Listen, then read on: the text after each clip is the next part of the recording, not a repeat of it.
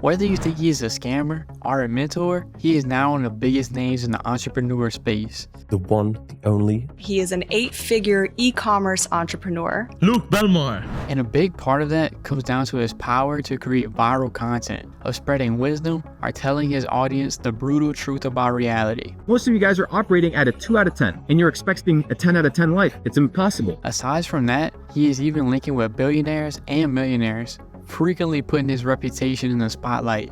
But how did this guy get to all this fame and success when he was a nobody a few years ago? Hey, my name is Elroy, and today we will talk about how Luke Belmar made his way to the top of the entrepreneur space.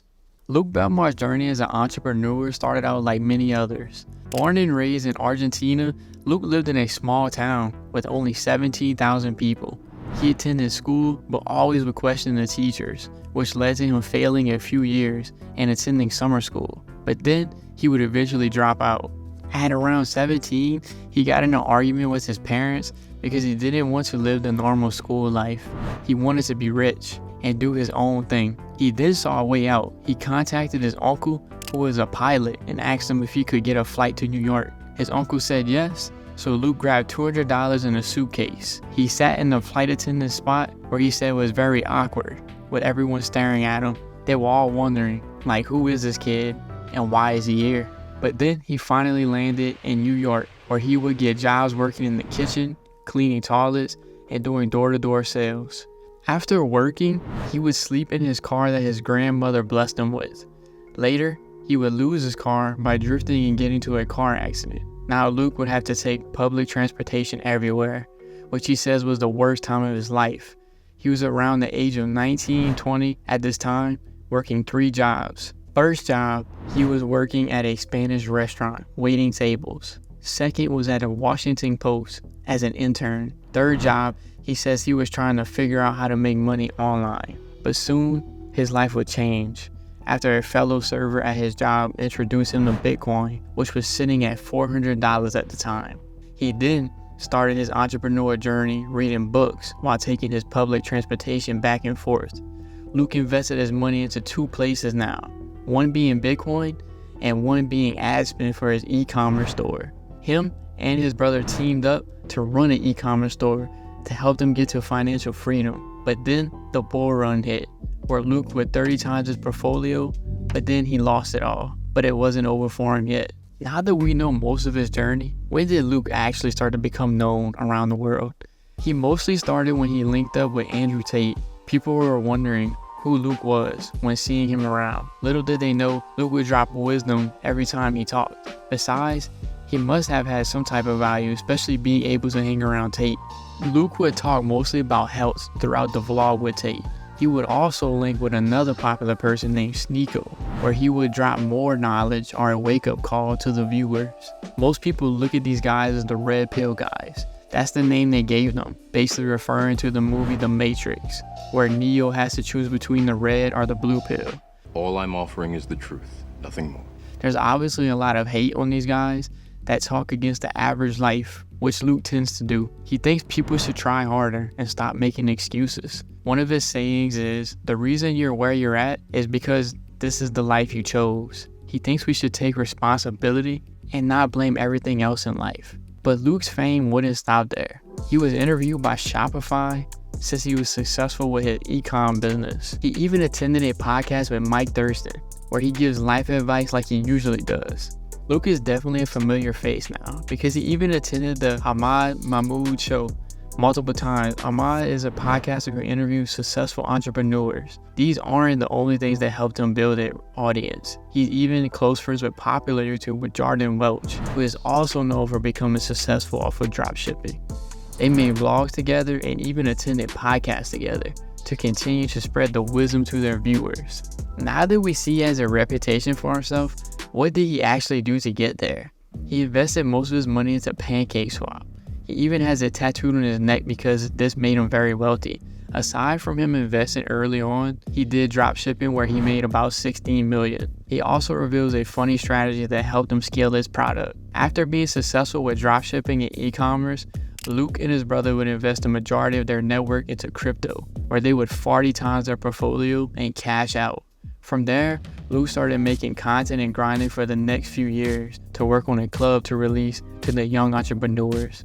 Fast forward today, his Capital Club has been released, making $3 million in 8 hours. He also has a higher ranked Capital Club for entrepreneurs, already making a decent amount of money that costs around $15,000 to get in.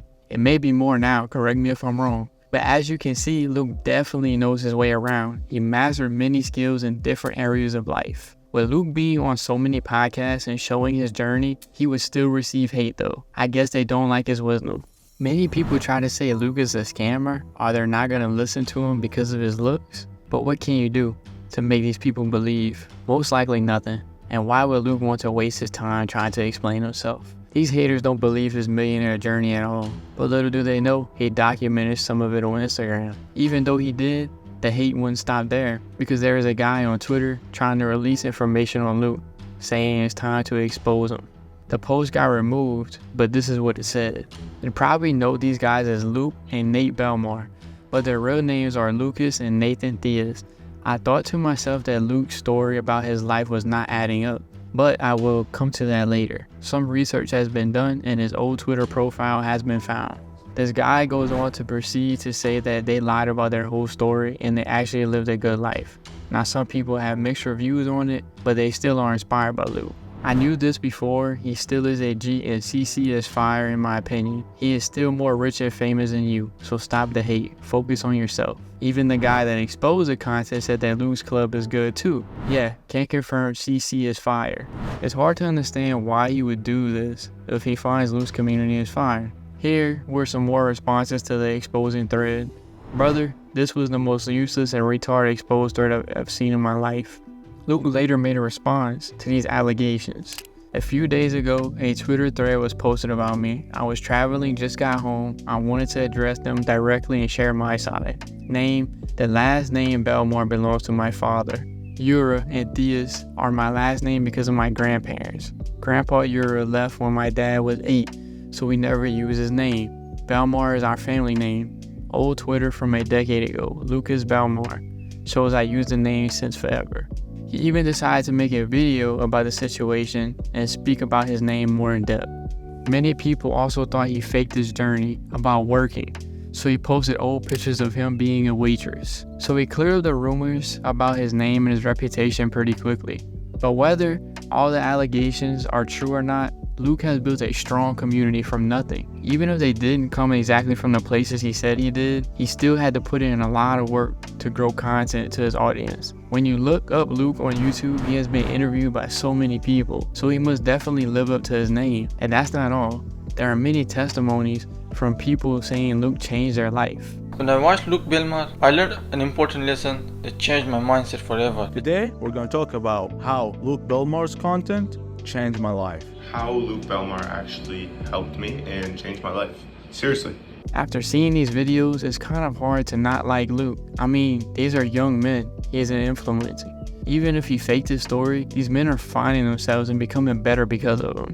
If Luke really did trick everyone, he is still good at making money. Like honestly, imagine if you had no money and next thing you know you have a full community diving behind you and make millions from it. Now sure, many people would say this is not the right thing to do, or he's lying to his community. But I mean, somehow his community is still getting knowledge and growth. So what's the problem if he did lie a little? And almost every business or salesman does this. At least he is giving something back and not just taking people's money and running with it. What do you guys think about the whole situation?